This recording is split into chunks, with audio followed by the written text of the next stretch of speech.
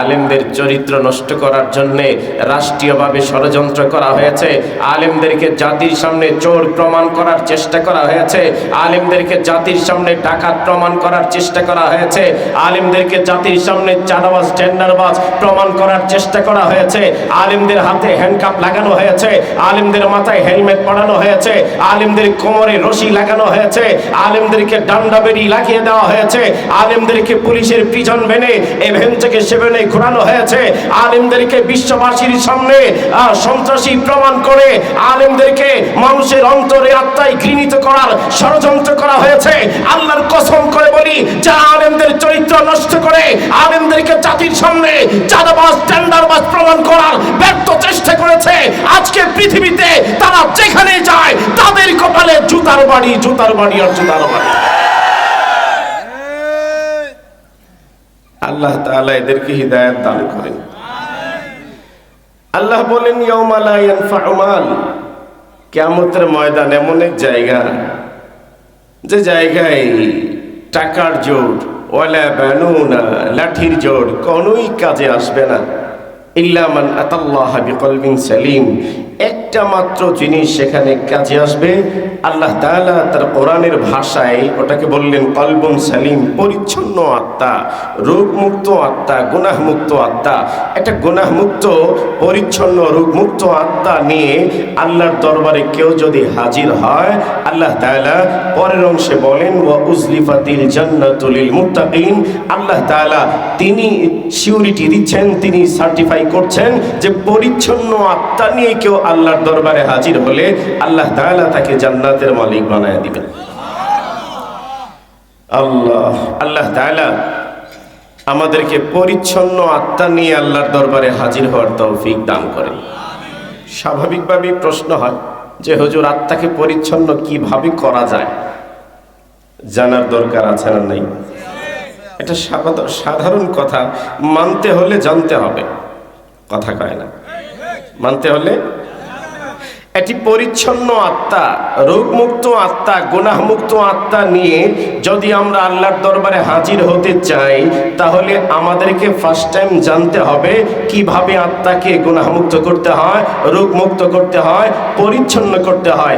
বন্ধু, যেহেতু আজকের এই মাহফিল তাফসিরুল কোরআন, কোরআনের ব্যাখ্যার মাহফিল, এজন্য তাফসিরমূলক দু একটি কথা না বললে মজমার হক আদায় হয় না। হাকিমুল উম্মাহ মুজাদ্দিদুল মিল্লাহ, হাকিমুল উম্মাহ মুজাদ্দিদুল মিল্লাহ মাওলানা আশরাফ আলী থানভী রাহমাতুল্লাহি আলাইহির লেখা জগৎ বিখ্যাত তাফসিরুল কোরআন, তাফসিরে বায়ানুল কোরআনের গায়ে তিনি লিখেন, আত্মাকে যদি পরিচ্ছন্ন করতে হয়, গুনাহমুক্ত করতে হয়, রোগমুক্ত করতে হয়, তিনটা মেডিসিন লাগবে। জোরে কর না, কয় মেডিসিন? আত্মাকে যদি গুনাহমুক্ত করতে হয়, রোগমুক্ত করতে হয়, পরিচ্ছন্ন করতে হয়, মেডিসিন লাগবে তিনটা। কয়টা? এক নম্বর মেডিসিনের নাম হলো ইমানে খালেস, খাঁটি ইমান। ইমান যদি খাঁটি হয়, আত্মা রোগমুক্ত হবে, কথা কয় না। ইমান যদি খাঁটি হয়, আত্মা গুনাহমুক্ত হবে। ইমান যদি খাঁটি হয়, আত্মা রোগমুক্ত, গুনাহমুক্ত, ভেজাল মুক্ত হবে। ইমানে যত ভেজাল, আত্মাতে তত ভেজাল। এক সাহাবী, নাম তার জাবের, বলেন নাম কি? একটু জোরে কর। আমার প্রিয় নবীর সাথে সফরে বেরিয়েছেন। সহিহ বুখারী শরীফের বর্ণনা, আলা বাগলাতিহিল বাইদা, সাদা কালারের খচ্চরের পিঠে। খচ্চর বুঝেন? খচ্চর মানে ঘোড়া আর গাধা, এই দুইটার ফিজিক্যালি রিলেশনে যে বাচ্চা হয় তাকে বলে খচ্চর। আল্লাহর পয়গম্বর চড়েছেন সামনে খচ্চরের পিঠে, জাবের ডিরেক্টলি পিছনে। চলার পথে নবীজি ডাক দিলেন, ইয়া জাবের, হে জাবের। জাবের বললেন, লাব্বাইক ইয়া রাসূলুল্লাহ, ফিদাকা আবি ওয়া উম্মি, ইয়া রাসূলুল্লাহ, আপনার জন্য আমার মা, আমার বাবা উৎসর্গ হোক, আমি তো হাজির আছি, আমাকে কি বলবেন মেহেরবানি করে বলুন, আমি শোনার জন্য মানার জন্য তৈরি আছি। দোস্ত, আমার প্রিয় নবী কোনো কথা জাবেরকে বললেন না, আবারও সোজা সাপটা সামনের দিকে চলা শুরু করলেন। খানিকটা পথ যাওয়ার পরে আমার প্রিয় নবী আবারও ডাক দিলেন, ইয়া জাবের, হে জাবের। জাবের আগের মতোই বললেন লাব্বাইক ইয়া রাসূলুল্লাহ ফিদাকা আবি ওয়া উম্মি, ইয়া রাসূলুল্লাহ আপনার জন্য আমার মা আমার বাবা উৎসর্গ হোক, আমাকে কি বলবেন বলেন না, মানার জন্য আমি তৈরি আছি। বন্ধু আমার প্রিয় নবী তখনও জাবেরকে কোনো ইনফরমেশন করলেন না, সোজা সাপচা নীরবে চলতে লাগলেন। আবারও সামনের দিকে যাওয়ার পরে ডাক দিলেন ইয়া জাবের, হে জাবের। বন্ধু তিনবার আমার প্রিয় নবী জাবেরকে ডাকলেন, আর জাবের লাব্বাইক বলেই যাচ্ছেন। জাবের তো একটা পর্যায়ে মনে আতঙ্কিত হয়ে গেছেন, ব্যাপারটা কি, আল্লাহর পয়গম্বর আমাকে ডেকেই যাচ্ছেন আর আমি লাব্বাইক বলেই যাচ্ছি, কিন্তু তিনি কেন আমাকে পরবর্তীতে আর কোনো নির্দেশনা দিচ্ছেন না? এর মানে কি জানেন? জাবের তো মনে মনে আতঙ্কিত, না জানি আমার ব্যাপারে আল্লাহর তরফ থেকে কোনো ফরমান জারি হয়ে গেছে কিনা, লাল্লাহু উনজিলা ফিয়া কোরআন, আরে আমার ব্যাপারে কোরআনে আল্লাহর তরফ থেকে কোনো পরওয়ানা নাযিল হয়ে গেল কিনা। জাবের আতঙ্কিত, জাবের ভয়ে একেবারে কম্পমান। আমার প্রিয় নবী জাবেরকে তিনবার ডেকে মূলত নবীর দিকে তার মনোযোগ 100% নিশ্চিত করলেন। এরপরে দোস্ত আমার প্রিয় নবী বললেন, ও জাবের আখলিস দীনাক ইয়াকফিকাল আমালুল কালিল। জাবের, ও জাবের তুমি তোমার ঈমানকে খাঁটি করো, ঈমান যদি খাঁটি হয় অল্প আমল তোমাকে জান্নাতের মালিক বানায় দিবে। ঈমান খাঁটি করো, ঈমান কি করো, জোরে কর না, কি করো, খাঁটি করো। ঈমান যদি খাঁটি হয়, খাঁটি ঈমান অল্প আমল, খাঁটি ঈমানের সাথে অল্প আমল, ঈমান যার খাঁটি, আমল যদি অল্প হয়, বলেন না ভাই, আমল যদি, বলেন না, একটু আওয়াজ করে বলেন না, আমল যদি, ঈমান খাঁটি হলে আমল যদি অল্প হয়, অল্প আমল তাকে জান্নাতের মালিক বানিয়ে দিবে। জাস্ট জানেন এই হাদিস যখন আমরা পড়ি, উপমহাদেশের শ্রেষ্ঠ শাইখুল হাদিস আল্লামা আজিজুল হক রহমতুল্লাহ তাআলা আলাইহির কাছে তিনি এই হাদিসের ব্যাখ্যায় বলতেন, দেখো ঈমান যদি খাঁটি হয়, অল্প আমল শুধুই তোমাকে জান্নাতের মালিক বানাবে আখেরাতের মাঠে, এইটুকুতেই শেষ না। ঈমান যদি কারো খাঁটি হয় তাহলে তার অল্প মাল, অল্প পুঁজি দুনিয়ার প্রয়োজনকেও 100% মিটমাট করে দেবে। শাইখুল হাদিস রাহমাতুল্লাহি আলাইহি এই কথা বলার পরে, বাবার কাছে আমি 50 মণ খেজুর পাই, কেউ বলে 5000 দিরহাম পাই, কেউ বলে 10,000 দিনার পাই, কেউ বলে ওটা পাই, কেউ বলে সেটা পাই। এই যাবেন, তোর বাবার পাওনা, তোর বাবার ধার, তোর বাবার দেনা, এটা কি পরিশোধ করবি না? তাকে কি জান্নাতে যাওয়ার একটা ব্যবস্থা করবি না? জাবের কই, ইয়া রাসূলুল্লাহ আমার যে কলিজাটা ফেটে যায়, আমি কেমনে আমার বাবার ঋণগুলো পরিশোধ করব? আরে আমি তো আমার এই ফ্যামিলি 8 জন সদস্যের পরিবার নিয়ে আমি চলতে পারছি না, সংসারটা চালাতে পারছি না, এখন আমি ঋণ কেমনে পরিশোধ করব? ইয়া রাসূলুল্লাহ আমার যে এই কথা মনে হলে টেনশনে একেবারেই আমি অস্থির হয়ে যায়, মনে হয় যেন কলিজা ফেটে যাচ্ছে। নবী গো, আমার বাবা কোনো ব্যাংক ব্যালেন্স রেখে যাননি, কোনো অট্টালিকা রেখে যাননি, কোনো টাকা পয়সা রেখে যাননি, রেখে গেছেন মাত্র কয়েকটা খেজুর গাছ। বলেন কি গাছ? অল্প কয়েকটা।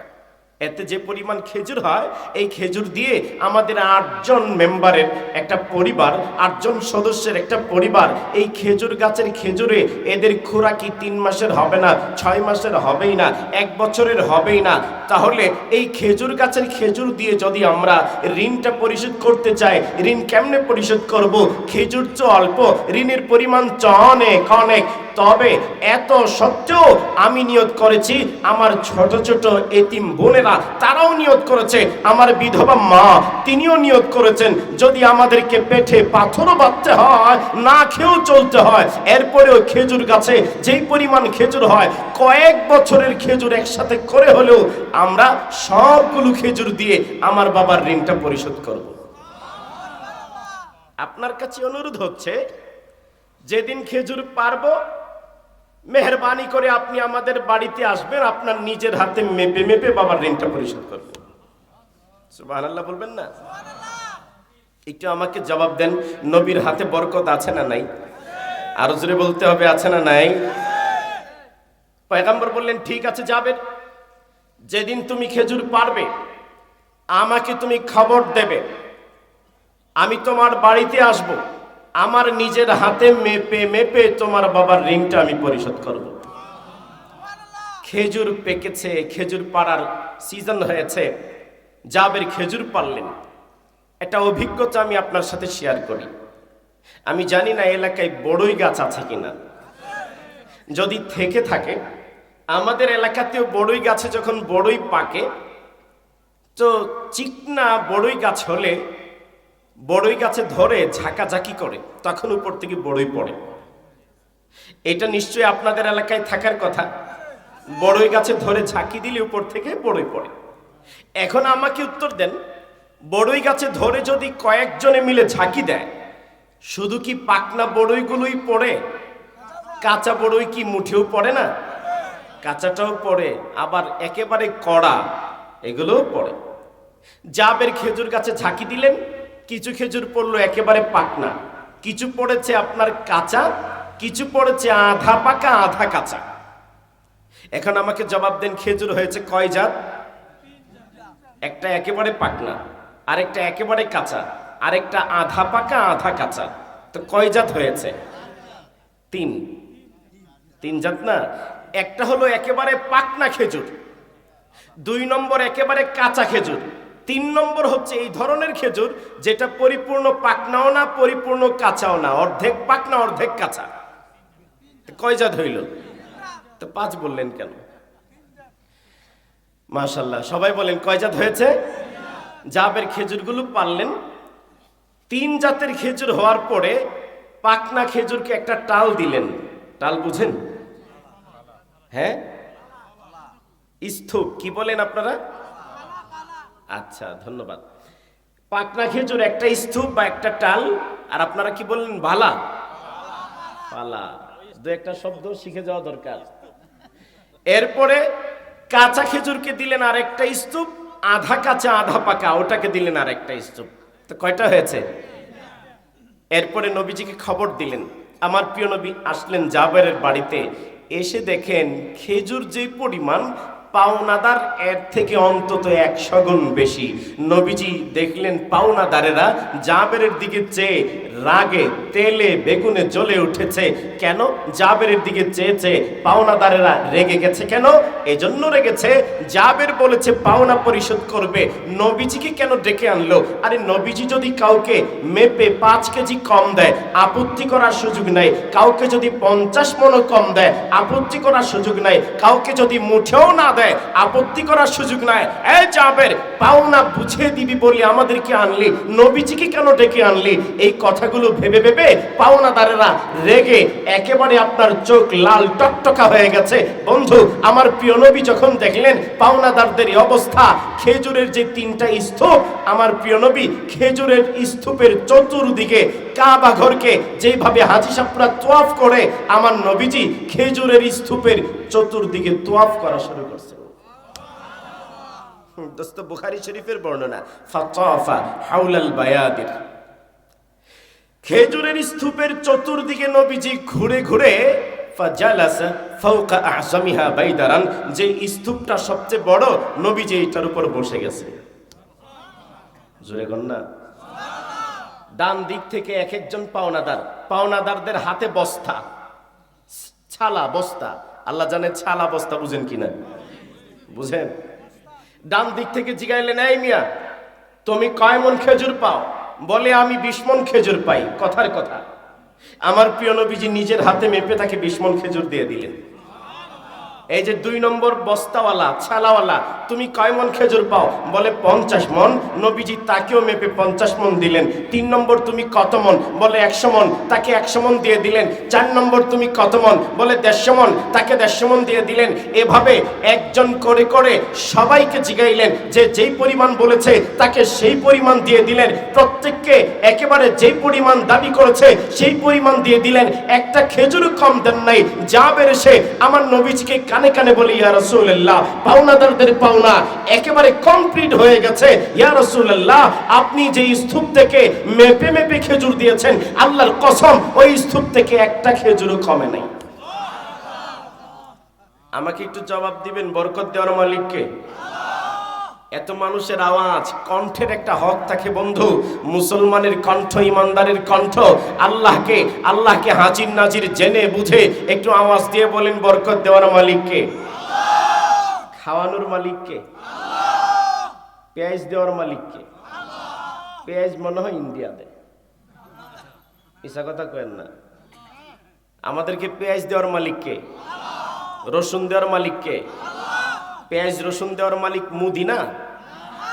মুদির নাম শুনছেন? জীবনেও শুনেন নাই? ইন্ডিয়ার নরেন্দ্র মোদী গুজরাটেরই কসাই, পেঁয়াজ রসুন দেওয়ার মালিক মনে হয় মোদি। পেঁয়াজ রসুন দেওয়ার মালিকও কে? জোরে বলতে হবে বন্ধু, জোরে। একটা গ্রুপ মনে করেছিল মনে হয় ইন্ডিয়ার সাথে সুসম্পর্ক না থাকলে বাংলাদেশের জনগণ ভাতে মাছে মারা যাবে।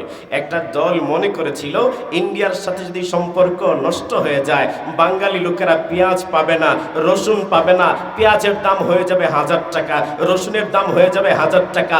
আমি আপনাকে জিজ্ঞেস করি